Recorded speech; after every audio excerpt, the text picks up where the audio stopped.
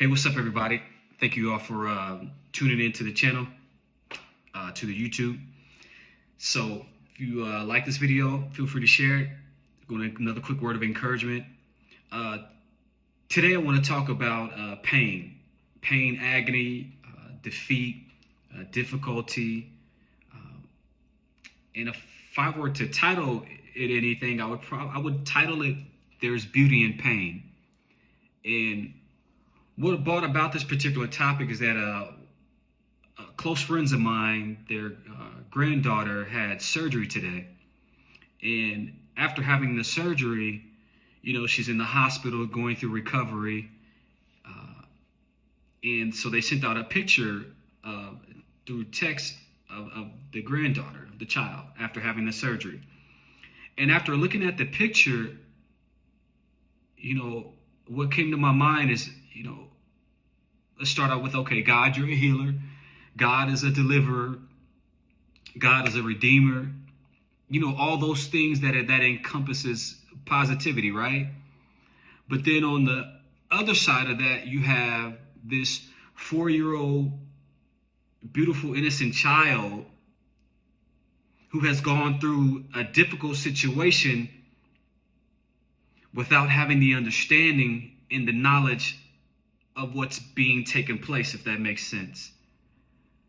So being a child and going through something as difficult as a surgery without the knowledge and the understanding of what's taking place, and normally children are everywhere, right? So they're used to playing, they're used to talking a lot, they're all over the place, being a sponge, trying to navigate and soak up, how to adapt and connect and to learn and grow and facilitate the things of this world. And so when seeing the picture of her laying in the bed after having the surgery, which the surgery was a success, and it had me thinking that in order to get where you're going, sometimes you got to slow down. And as adults, we're constantly used to going. Sometimes we never take the time out to slow down. And unfortunately, what we don't want to happen is something as significant as pain or suffering or detriment or trouble to enter our lives to now cause and get us to slow down. So as I'm looking at the picture of the baby girl laying in the bed after having surgery, her grandmother's reading a book to her while her mom is laying in the bed with her. And so I thought to myself, wow, in a moment of pain, in a moment of suffering, in a moment of heartache, in a moment of agony, there's beauty. And not the type of beauty to where you're like, okay,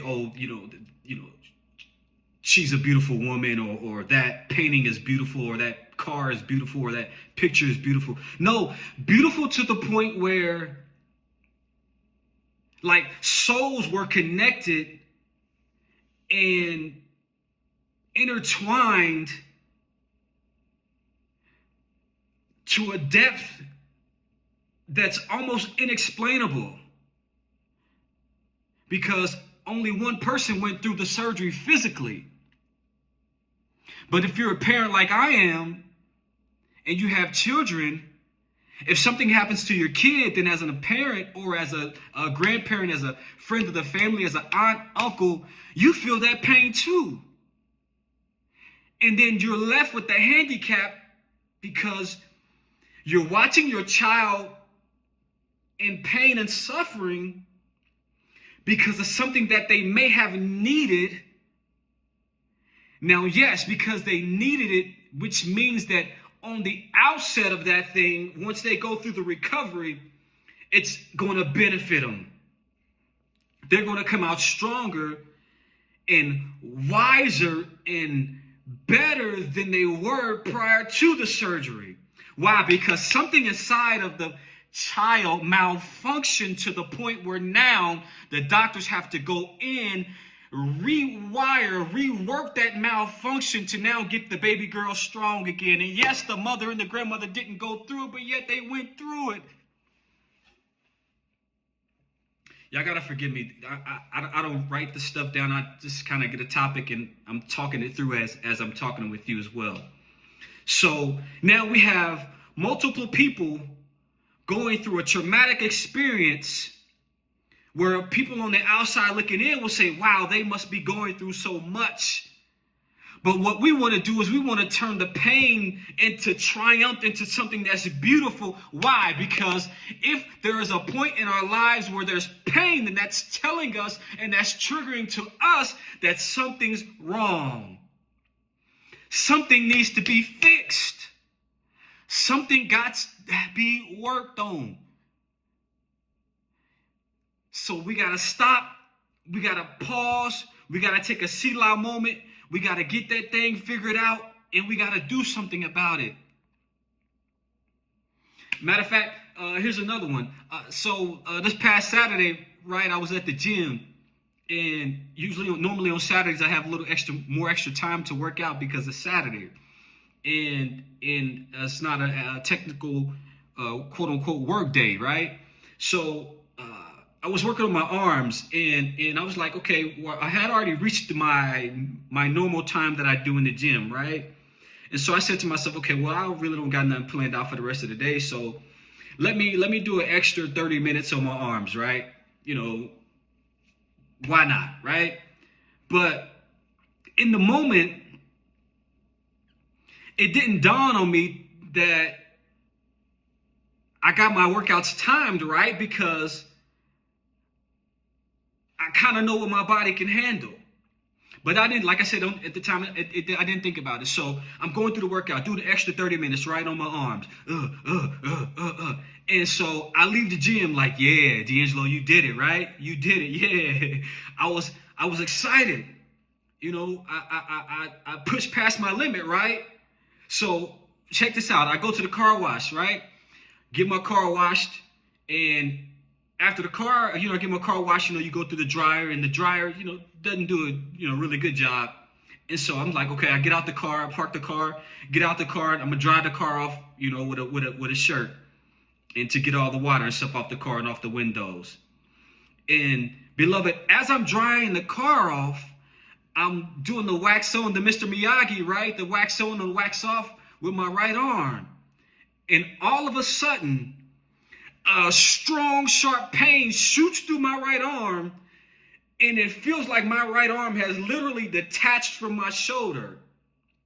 And I've never had a limb detached, so I don't even know what that would feel like, but that's just the way that I can describe it. It felt like my arm was detaching, literally being removed from my body, because my arm just literally just dropped to where I could barely even lift it up in order to continue drying the car off. So I had to switch from drying the car from my right hand to my left hand. Why? Because of pain in my right arm due to overendurance caused me to be limited and to stop. Why? Because something was triggered, because something's wrong. Something's wrong. So now, whereas I'm speeding and I'm, gliding and getting the whip wiped off and polished off, when all of a sudden I'm limited in my physical ability. And that's what happens, brothers and sisters, beloved. Sometimes pain and suffering and agony and defeat happens in our lives. And when it happens, yes, it's hurtful. Yes, it's painful. Trust me, I know, I get it. Yes, it's hard, and it feels like we are not going to get through it, but you know what? You're going to get through it. You're going to get through it. You're going to get through it. So what did I do? Sunday and today, I took rest days on my arm. I just worked out on my legs and on my back to where now my arm is like is back together again, right? So tomorrow I can get back into the gym, and what we gonna do? We're gonna work through that thing, right? We're gonna work through it. Now we're gonna be conscious as to what happened, but we're not gonna be in fear. I'm not gonna be in fear. I'm gonna go in and I'm gonna work through it. Why? Because that's what happens in life. Anytime we have something significant or traumatic that takes place in our lives that causes us to slow down, listen to it. It's okay. It don't make you weak. It don't make you a punk. It don't make you lacking. It just means that in that particular moment where you feel that pain that's lingering, that means something's wrong. We need to fix it.